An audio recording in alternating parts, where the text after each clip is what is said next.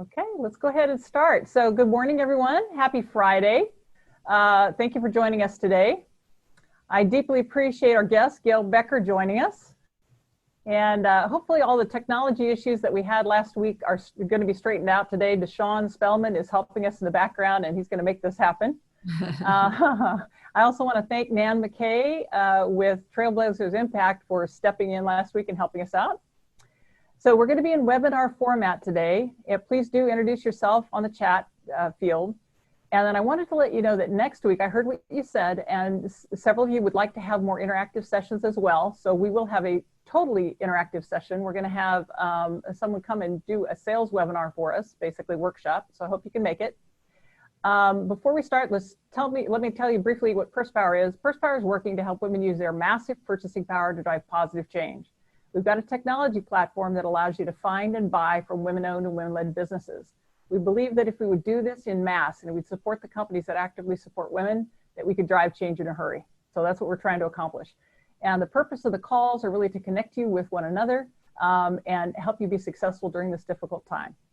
I just want to shout out to our special guests, to our board members and shareholders. I know that my sister, who's a co-founder, also joined us today, Dr. Freddie Pennington, so welcome. And the way the meeting's going to go is I'll introduce Gail. Please do share your comments via chat, and again, introduce yourself, and then be thinking about the questions that you want to ask, and we'll get to those just a little bit later. So write them down, and you can put those on the questions link on Zoom. Okay, to introduce Gail. Gail's delightful, and she is the mother of two boys who were diagnosed with celiac disease when they were young. And she was disappointed with the gluten-free products that were available in the grocery store, and they were unhealthy, didn't taste great, and she decided to do something about that. So as a corporate America escapee, she started CAULIPOWER in 2017 with the mission of reinventing America's favorite comfort foods to be tasty, convenient, and nutritious. And I bought them myself. They're wonderful. We really enjoy them at my house. Within its first 2 years, CAULIPOWER became a top 10 frozen pizza brand and captured over 2% of the $5 billion US pizza market. Holy smokes, in 2 years. That's amazing. That's amazing. I started, my hair was straight. Yeah, mine didn't have any gray in it when I started. Okay, today CAULIPOWER is the third fastest growing food brand in America. It's the #1 cauliflower pizza crust and #1 gluten-free pizza. And it's available in 25,000 grocery stores and 5,000 restaurants. I didn't know it was in restaurants nationwide. Mm-hmm. That's amazing. Congratulations. Thank you. Thank you so much. I'm so happy to be here. Yeah, all right, perfect. So one of the things we like to do is hear more about our speakers and their backstory. So we'd like to hear about you, the founding of your company, and how you got here in your life and career. Sure. I had no food experience other than I cooked it, bought it, and ate it. You should probably start there. But as you said, I am the mother of two boys with celiac disease, and they were diagnosed at such a young age that it really gave me a good perch from which to watch the gluten-free industry evolve. And what I began to notice was just how much junk the industry was putting in gluten-free food. And I think, like so many of us, I waited for somebody to do something, but no one ever did. So I think it's absolutely fair to say that, CAULIPOWER was born out of a frustration of waiting. But, there were certainly other elements as well. I was growing increasingly unhappy in corporate America. I had been there for about 16 years. And while I loved my job and I loved the opportunities that I had, I was missing something. I wanted to do something that would have a greater impact.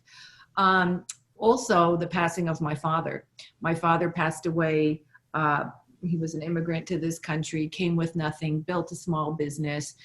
And when he passed, something inside me really changed, and I knew I wanted to do something, although I didn't really know what that was. And then finally, one night, I made cauliflower crust pizza off a recipe I found on the internet. I think the day I searched, there were about 569,000 recipes. So clearly I didn't invent it. I made it. It was okay, not great.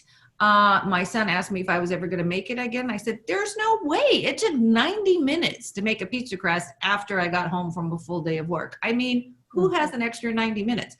So I said, I'll tell you what, I'll find it for you. Couldn't find it anywhere. So I put all of those things in a blender, my unhappiness with corporate America, the passing of my father, this observation that clearly I can't be alone in wanting a quicker solution. And I left my job and started CAULIPOWER the next day.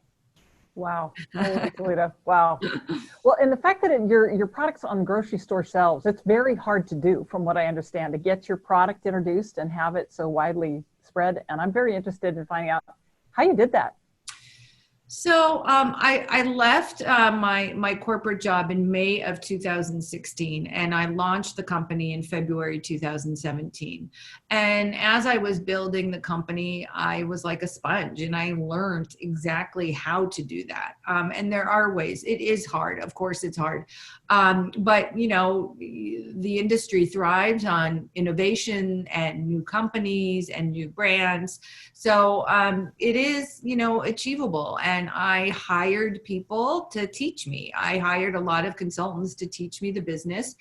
And I applied, and, you know, when we launched, we only launched in 30 stores. We launched in 30 Whole Food stores in the Southern Pacific region, the West Coast. And basically, they have a program. If there's any budding entrepreneurs out there, food entrepreneurs, they have a program where anyone can apply with their product for their local region.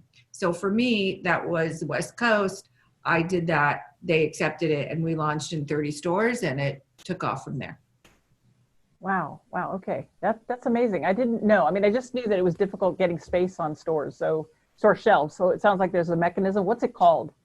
So that Whole Foods program, I can't remember what it's called, but I think it still exists today. It was only a couple years ago, but there should be something about it on their supplier section of their website or something like that. Shouldn't be hard to find. Find it. Okay. All right. So as a female entrepreneur who's focused on healthy products, I mean, we're in a really rough situation right now. How are you taking care of the health of yourself and your family during COVID? Well, that's such an interesting question. And, you know, one I rarely get asked either. I would say, I think there's two. I think there's physical health and mental health. And, you know, from the physical health, you know, I do obviously try and maintain a healthy kitchen and buy healthier products. And that doesn't mean that we don't splurge, because clearly we do. But it just means we're cooking more, and we're making lots of vegetables, and, you know, we top, you know, pizzas with more vegetables, or whatever it is. We just incorporate more fruits and vegetables into our diet. We start each day with, you know, a smoothie or what have you. Things that we didn't have time to do before, quite frankly. But then there's also the mental health. And, you know, I think it's really important just to be more forgiving and more understanding, particularly with kids. I think, you know, it must be really hard for them right now. And, you know, I'm probably a little bit more understanding, a little bit looser with the rules, you know, just a little bit more forgiving overall, because, you know, we're all doing the best that we can. Yeah. Yeah. And you and I were talking before we came live that I found that the best antidote for depression and anxiety and fear is gratefulness. Yeah. And I seriously, when I start to feel that way, I start to remember what I'm grateful for. Yeah. There's so many people losing people or getting ill. And I mean, you just have to be grateful if you're still standing, you know? You're so right. And we talk about that as a family a lot too. And in fact, I just saw something on the news where, you know, 30 million people in this country are hungry, don't have enough food to eat. 30 million in the United States, which is a tragedy. And it obviously existed before COVID, but it has clearly been exacerbated by COVID. And that is a tragedy. Wow, that's a surprising statistic. I didn't know it was that high. Wow, wow, okay. All right, so what have been your biggest challenges on your entrepreneurial journey so far, and how have you addressed them, or how are you addressing them? Oh, I don't know how long this webinar is, but I'm pretty sure it's not long enough to go through all of them, because I have about 2 or 3 a day. I would say, look, I came into the industry not knowing anything about the industry. So certainly in the early years, trying to learn the language and, how the business is run and how, some of the industry ins and outs was quite a learning experience. And, sometimes I learned the hard way. Now, I followed a lot of rules. I also broke a lot of rules, but just trying to learn the rules was tough. And I still learn something every day. So that was certainly a challenge. I would also say, and certainly something I didn't realize before I started CAULIPOWER, making stuff is hard. Manufacturing is hard. Well, I don't, maybe food is a little bit harder. Maybe frozen food is even harder than that. But just the process of manufacturing things is really challenging. And, we have a number of products now with, a number of different facilities, and it's a complicated web. And particularly with COVID, it just got 10 times more complicated. So that part is always a challenge. Yeah. One of my former clients is a food manufacturing company for McDonald's, and man, you make a mistake on food and it can really, really disrupt the rest of your yeah, no, it's hard. I mean, it's just the supply chain too, just trying to get product from point A to point B in this current ecosystem is really challenging. Challenging sometimes, sure, absolutely. Okay, so the entrepreneurial journey is hard, it's hazardous, it's lonely sometimes. What do you do to keep yourself motivated and upbeat when you run into these rough patches? Yeah, great question. I talk to myself a lot. Yeah, I do, and not inside my head. I actually verbally have conversations with myself. In fact, particularly in the early days, I gave up a lot to start CAULIPOWER, and I put everything I had into an industry and a business that I knew absolutely nothing about. And and as I said, I was on my own for about a year as I was building the business, and quite frankly, nobody even knew what I was doing. So it's not like I had a lot of other people to reach out to. And I would often find myself in my car driving somewhere, and I would just say to myself, often out loud, "What the heck are you doing? What are you doing? What have you done? Can you believe, what have you done? Did you do what?" And, sometimes I would have to laugh at, the way that I treated myself, just because it was, I got pretty brutally honest. But I think, in looking back at that time, and certainly now, I often ask myself the same question. I try and remember to treat myself like I would a friend. And Good just advice. to be, to be a little bit easier on myself, and really to define what success looks like. The company is successful by a number of metrics. We've obviously, we've grown to a certain size and a stature, and, our revenues are solid.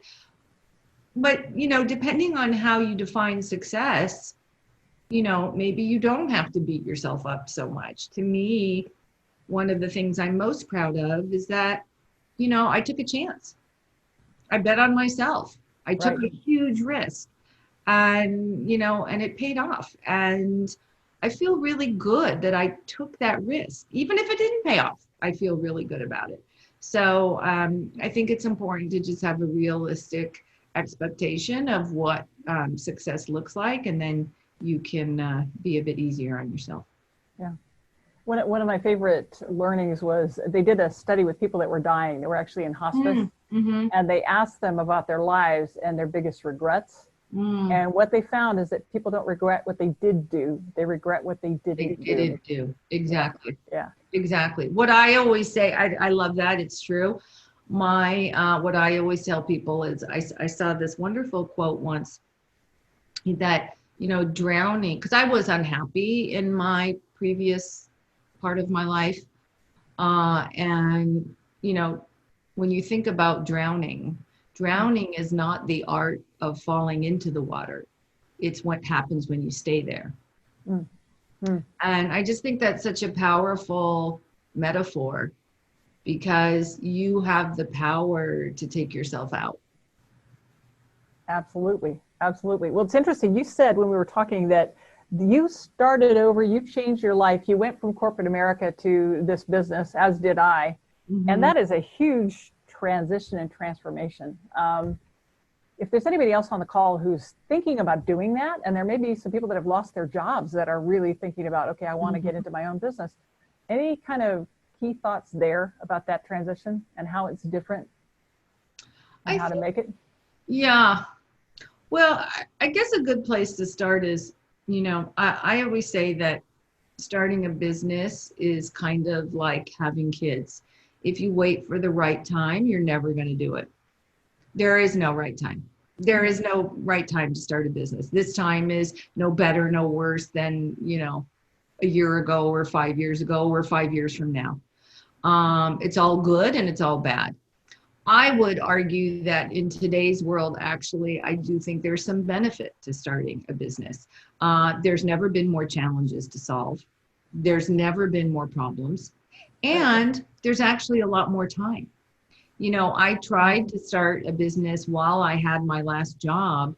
And to be honest with you, I couldn't do it because I was traveling all the time. I had 2 kids. There was just no time to actually, you can't start a business between the hours of 2 and 4 a.m. But if you're home, you're not commuting, you're not traveling, there is probably a little bit more leeway to up your side hustle and spend more time on your side hustle. And then maybe instead of, having to work at it from 5 to 9, your side hustle can be your 9 to 5. And so to me, this current environment provides a great ecosystem from which to build a business. In terms of the transition, I mean, for me, I've never been happier. And the only thing that scares me, to be perfectly honest, is how close I came to not doing it. Oh, wow. Like razor thin. Like I woke up that morning and thought, I don't know if I can actually do this. How about that? So that's what scares me. Okay. Any insights on that? If people are at that decision point? If people are at that decision point, look, you have to, I always say to my kids that you have to bet on yourself, because if you don't, why would you ever expect anyone else to? Mm-hmm. And, to the point, I sat them down at the kitchen table, which I'm looking at right over here, which I'm back exactly where I started. But I sat them down at the kitchen table the very first day that we started the business, because I wanted them to, my very first phone call, because I wanted them to hear, I wanted them to see that I was betting on myself. And quite frankly, I'm obviously an older entrepreneur. This isn't something I just did at a college or grad school or what have you. It's never too late to reinvent yourself. It's never too late to start again. And I think if, COVID has taught us anything, it's that life is very precious and time is very precious.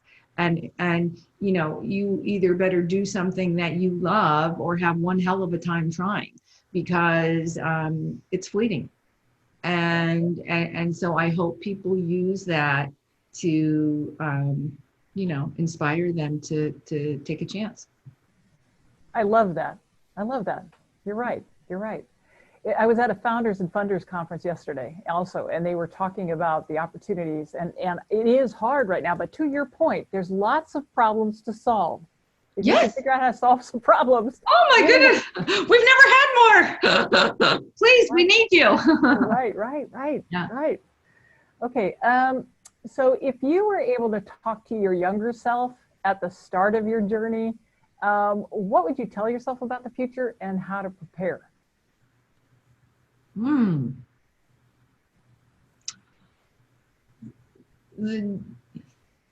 journey has been 10 times harder than I thought it would be. Mm-hmm. 10 times more rewarding, but 10 times more challenging. I would say that, you know, it's,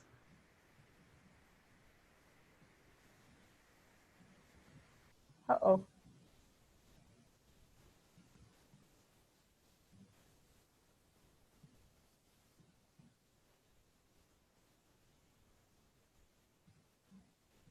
being an entrepreneur and starting your own business, it's more rewarding, it's more stressful, it's more, you know, fantastic. It's just, so I probably would have told myself to, you know, not burn all of my energy in everything, right? So every small problem consumed a lot of my energy and a lot of my emotional energy.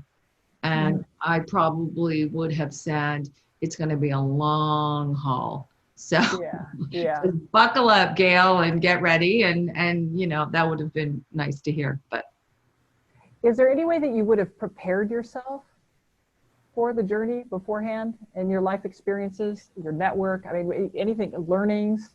you know, I don't know that, I think starting a company, you know, later in life, I've had several careers, I've worked in several different industries. I think all of that was wonderful basis for which to approach this business. So I'm all for coming from other areas and bringing whatever expertise you have to the table. Um, and I tried to do that. I think, you know, the other thing is sort of the corollary to that is, I think sometimes as an entrepreneur, you think that you have to know everything. You have to have all the answers because it's your business, it's your company. You have to know everything. Well, guess what? That's not true. You be really clear about what you know. Don't be afraid to admit what you don't know, and then either hire people to fill in the gaps or get someone to teach you. Yeah. But you have to admit what you don't know, and you have to be super confident and comfortable with that. Absolutely. It was interesting. One of the conversations yesterday was being confident with funding organizations, VCs and things like that, and yet truly admitting what you don't know Right. is an interesting balance that people have to Right. play. Interesting. Okay. So why don't I give people a chance to ask you a few questions? So guys, Sure. go ahead and ask your questions. Let's put them in the Q&A box. Just hit Q&A and I put them think in so. there. I think there's a question there. Is that Okay. Do you from, see it and I don't? from Probably. Ann? Is that Okay. right? Yeah, please go ahead. Ann Elliott. Okay. What skills, expertise that you brought with you served you well? Good question. I would say for me, two. I love people. So I'm a person who has, you know, I've built a lot of the business on relationships with people I want to hire, with relationships with our retailers, relationships with our consumers. I just love people. And so I have always put myself in the position of, you know, being around people and being able to build those relationships. The other thing was, while I knew nothing about food, I did know something about marketing. I worked in marketing for many, many years, and I used that expertise to, you know, to build the company. Maybe you have an expertise in finance. Maybe you have an expertise in sales. That's great. Everybody comes to the table with something. For me, it was marketing. Okay. And I'm going to go ahead and ask you Joni's question here. How did you get your funding? So I self-funded initially, and, you know, bet the farm, as it were, literally and figuratively. But, you know, that only lasted so long. And so I got VC funding, and I've closed 2 rounds. That was an interesting process, but I ultimately took money from a venture capitalist who has a strong expertise in food, because I didn't. And so I wanted that expertise. Getting money is one thing, getting smart money is another thing. So always try and take money from people who can help you. Yeah, boy, that makes sense. Any insights on how you did that? How did you find them? How did you approach them? Yeah, so there's lots of different services, people. I actually hired someone, just a service to help connect me with different VCs, because obviously I knew none of them. I had lots and lots of interviews and meetings. And, there were a lot of people, I'll be honest with you, who turned us down. And they turned us down because we were so new. We were enjoying very early success, but they wanted a little bit more time. They wanted a little bit more data. Oh, if you could just give us a couple more months of data just to see how you do in Walmart, then, we'll be sure and give you money. Well, guess what? I was out of time. I was out of time and out of money. And this wonderful VC just took a bet and said, you know what? Like your business, like you, we're going to do it. And I have to say, when it came time to closing my second round, all of the people who initially turned us down came back and said, oh my God, let us give you money. But I didn't take it. I went back to the original one and let them put in a little bit more because, I believe in dancing with the one that brung you. So. Nice. Congratulations. That's wonderful. All right, let's see here. Did you try your products on various people to begin with? And did you have a commercial kitchen? So there are lots of ways to start a business. There are people who, make something in their kitchen, take it to the farmer's market, give it to their friends, start selling it online, and, then maybe, have big manufacture, whatever. That is a fantastic way, particularly in the food business. That is not what CAULIPOWER did. So we just, I started out with trying to find a manufacturer. So I hired someone to help me find a manufacturer, which is not an easy feat, depending on your product. Pizza, not easy. Something like a bar or something that's a little easier to make, more choices and more options, a bit of an easier process. But I hired someone to find a manufacturer for me because I obviously had no idea what to do. Mm-hmm. And then the question on trying my products, my kids nothing hits the stores without having my kids' approval, because I figure if my kids like it, everything else is going to be okay. Obviously, there are other people as well, but my kids are the ultimate barometer, and they are always brutally honest. Nice. Yeah, I've got a house full of them too, and it's really helpful. They come in handy. Yes, exactly. They do. Yeah, they do. So I'm going to go to the Q&A spot here too. So how did you find and vet the consultants you hired to teach you the business? Oh, good question. Yeah, there are a lot of well-known consultants given the industry. In food, there's some that are quite well known and sort of established, and I called references. I searched on the internet. A friend of a friend knew someone there, and then when I checked them out, I felt really good about it, so I went with them. Yeah, that piece about surrounding yourself with people that have the information you need was another point. Yeah, exactly. And with the consultants, obviously, you have to pay for it. Or maybe you didn't. Did you do any kind of trade-off with stock or anything? No, I paid, yeah. Yeah, you paid for it, okay. Okay, so when you woke up and saw this vision of what you wanted to create, did you write the plan the same day? This is a question from Y. Harris. Okay, why? That is a wonderful question.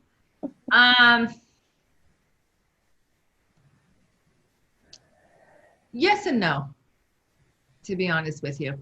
Mm-hmm. I had a bit of a plan written down prior to leaving my job. And I also had part of the plan up here. But what I found was that what the plan ultimately became was a bit different than what I imagined.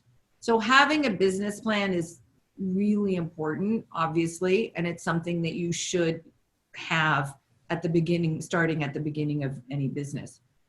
But you also have to be cognizant of the fact that it's going to change. Mm-hmm. I know some entrepreneurs that hold on to that plan so tightly because that's the plan and you got to stick to the plan and, always go back to the plan. But in today's world, and really with any business, you have to listen. You have to listen to the market. You have to listen to your customers. You have to listen to your vendors. You have to listen to the retailers. Listen to what people are telling you and then adjust quickly. So we started off with one plan that was, I would say, halfway written that day, but it finished in an entirely different way than how I initially imagined it. And quite frankly, I couldn't have imagined it. Right, right. So how do you know when to make those pivots and when not to? Like when to stick to your original vision and when to tweak it? That's a hard question, I know. It is a hard question. I mean, I sort of go back to, you know, there's no right time to, you know, have a business or start a business or have kids. I think it depends ultimately what your reason for starting a business is. My reason for starting a business was, you know, very personal, and maybe it was different than most. I just wanted to, it was almost like a calling. It really was tied to the passing of my father. And I knew that if I didn't do something in his honor, I would always regret it. I never thought CAULIPOWER would be as big as it is. Never in a million years. It was never my goal. Mm-hmm. I thought I'd have a nice little business, and maybe if I got lucky. And I think most entrepreneurs start out that way. Maybe, I don't know. So if that is your rationale for starting a business, then you have to always serve, you know, always be true to that mission. Mm-hmm. I wanted to make people's lives a little easier, a little healthier, a little bit better. Mm-hmm. So anything that served to that mission was going to work for me. Yeah. So always be true to whatever mission you have. Absolutely. All right. Let's see here. So when your business plan did change, they're asking, did it change because of what? Demand, practicality? What kinds of things? Yes, and yes. Demand was much greater than I thought.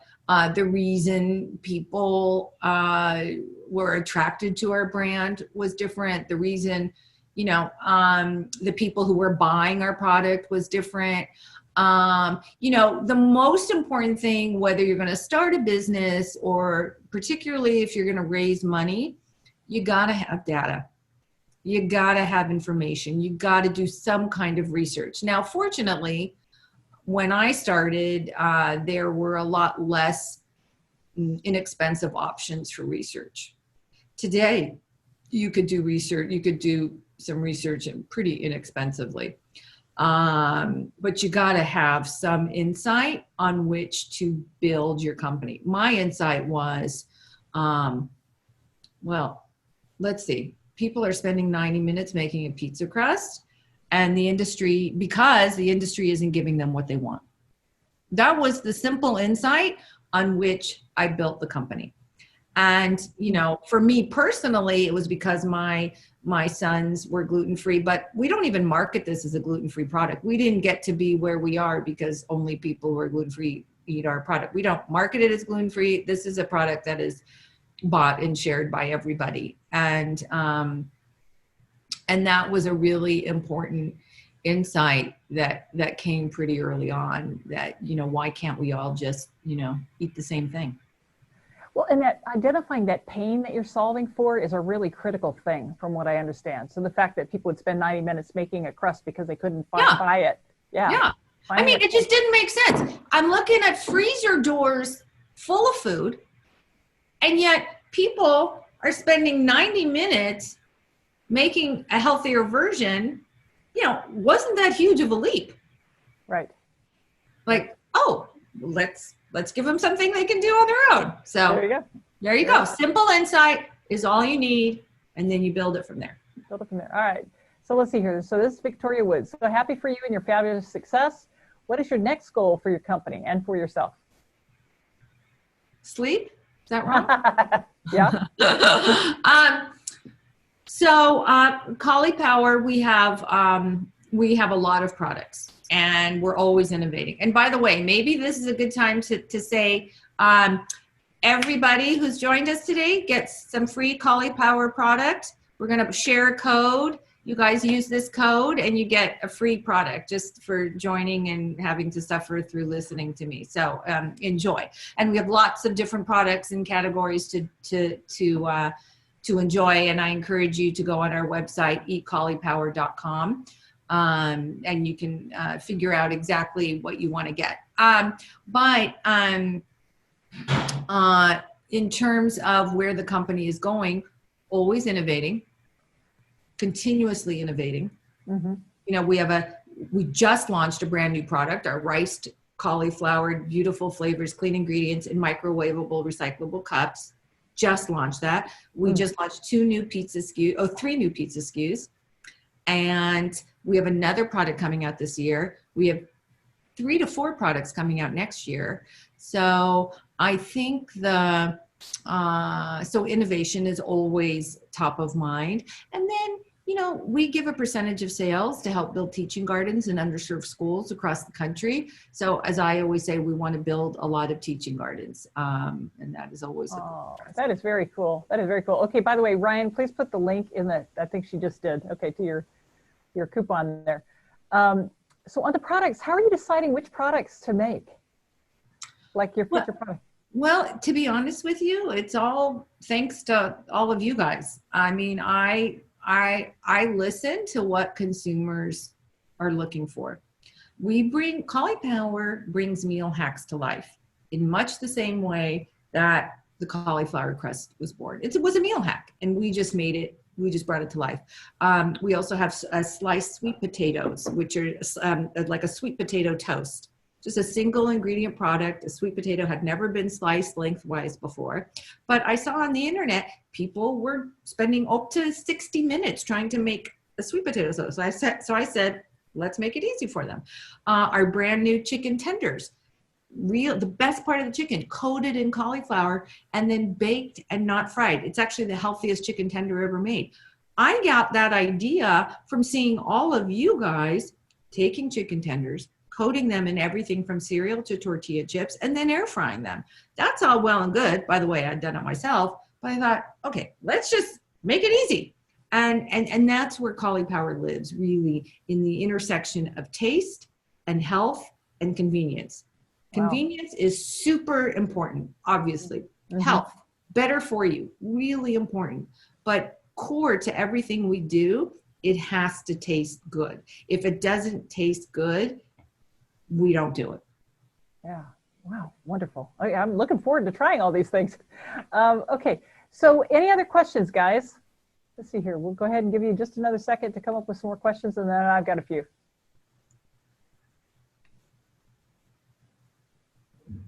Oh. Okay, let's see here. Are your products budget friendly? Yes. Well, yes. And I always say we're offered in a lot of different retailers. Mm-hmm. Okay. So we are offered in the, you know, high-end specialty grocery. We're also in nearly 4,000 Walmart stores. Yeah, wow. So we have prices we have products, you know, obviously at different price points, but the fact that they're all at Walmart, I think really speaks to the accessibility. And that's one of the reasons why we launched CAULIPOWER. And quite frankly, one of the reasons why being in Walmart was so important to us. You know, we talked a little bit earlier about, you know, accessible nutrition. And that is really what the brand is all about. It's about the way that our product looks, the way it tastes, the way the packaging is, the stores that it's sold in, and the price that it's sold for. And when you look at our ingredients and our taste, you know, you get a lot of value there. Mm-hmm. So let's see here. I have never tried CAULIPOWER. Where can we find the code? Okay, so the code is in the, I think, in the link in the chat box. Yeah, I see it in the chat box. We also have a store locator. If you go to eatcaulipower.com, and you put in your store locator, you can, and put in your zip code. Just put in your zip code and it'll tell you the stores near you. But we're in everything from Kroger's to Albertsons Safeway to Target to CVS to Walmart to Sprouts to all Whole Foods carries all of our products. Walmart carries most all of our products. Target carries a lot of our products. Okay, so people are having trouble seeing the link. Post it again, Ryan, would you please?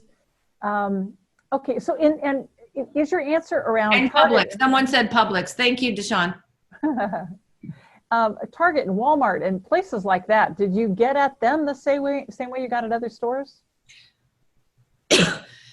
Those are hard retailers to get into, but it was really because of consumer demand and, how wonderful, people have been in responding to our brand and our community. It was not as hard of a sell because they knew that their customers wanted it.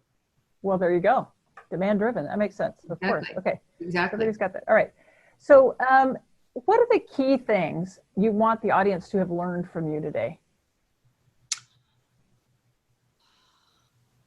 I would say the key thing is don't wait. 3.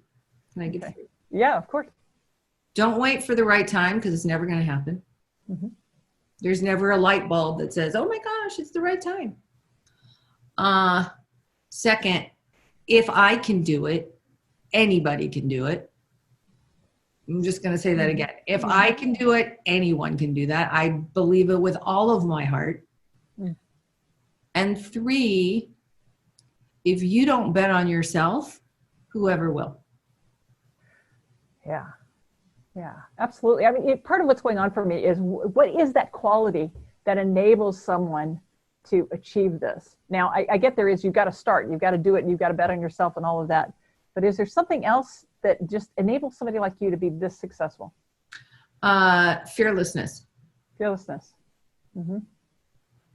And how did you get, or how do you maintain fearlessness?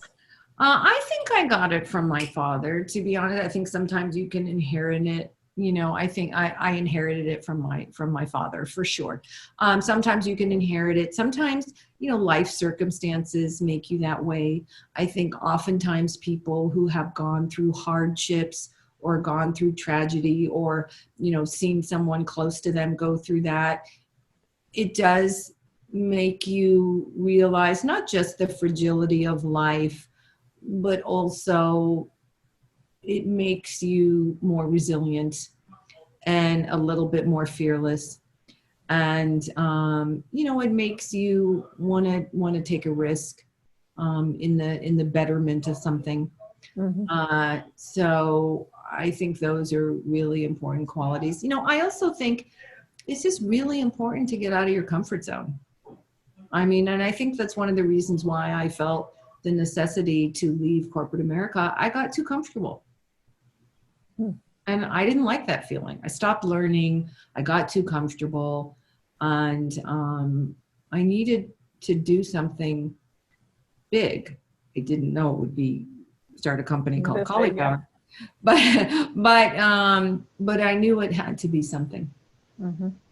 The other thing is I'm a former executive coach, and one of the things that sometimes gets in our way is our own stories about the situation. Something happens, we tell ourselves a story, and we react to our own story. Oh, interesting.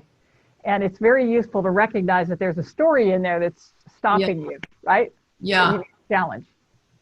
Well, here's the thing. With everything in life, it's much easier to stay. Mm-hmm. If you're in a bad marriage, it's easier to stay than to change things. It's easier to stay in a job that you don't love than take a risk and try something else. It's just always easier to stay. But it's often less rewarding. Right. We get stuck. What are the top 3 things you want us to be inspired to do after leaving this call? And you're absolutely right. It is inertia. It is absolutely called inertia. Oh, I missed it. Okay. Yeah. The 3 things that I say that one more time. I'm just asking what you want us to be inspired to do. So there's a what we learned, but there's also what do you want us to do with what you taught us? I would love it if CAULIPOWER served as an example that just think what you can do if no one tells you that you can't. Mm-hmm. So if you feel that you have people in your life who would tell you no, then you don't have to ask them. Or listen to them. Or listen to them. So just, I think CAULIPOWER is a wonderful example of that. And it's quite frankly why I didn't tell anyone what I was doing, why I, just basically sat in my house for a year and built this company, and against all of the odds. So again, if it can happen to me, it can happen to you, and probably a better chance of happening to you, quite frankly, because I didn't know anything about what I was doing. And lots of people start new businesses and industries that they actually know. But you have to be smart about it. You have to do your research, look at where the white space is. What is the insight that is going to build your business? What is the insight that's going to make it different than everything else out there? And then take a bet on yourself. Mm-hmm. Mm-hmm. Fantastic. Okay. Have you got anything else you want to add? No, I guess the only other thing I would add, and I think it's the spirit of purse power, which I just love, by the way. It's something I've kept top of mind in everything I do. If people want to see more female-owned businesses in the world, there's only one thing to do. That is support female-founded businesses. Absolutely. That is the only way. That is purse power. Mm-hmm. So you use it for good. So support female-founded businesses at every corner. I know that I do. If that means supporting CAULIPOWER, thank you. If that means supporting someone else, that's fine too. I do hope people will become part of our community. Check us out on all social at CAULIPOWER, and see if you like it. But whatever you do, your purse is really powerful, and always use the power for good. Absolutely. Thank you so much for that. We couldn't be in more agreement. All right.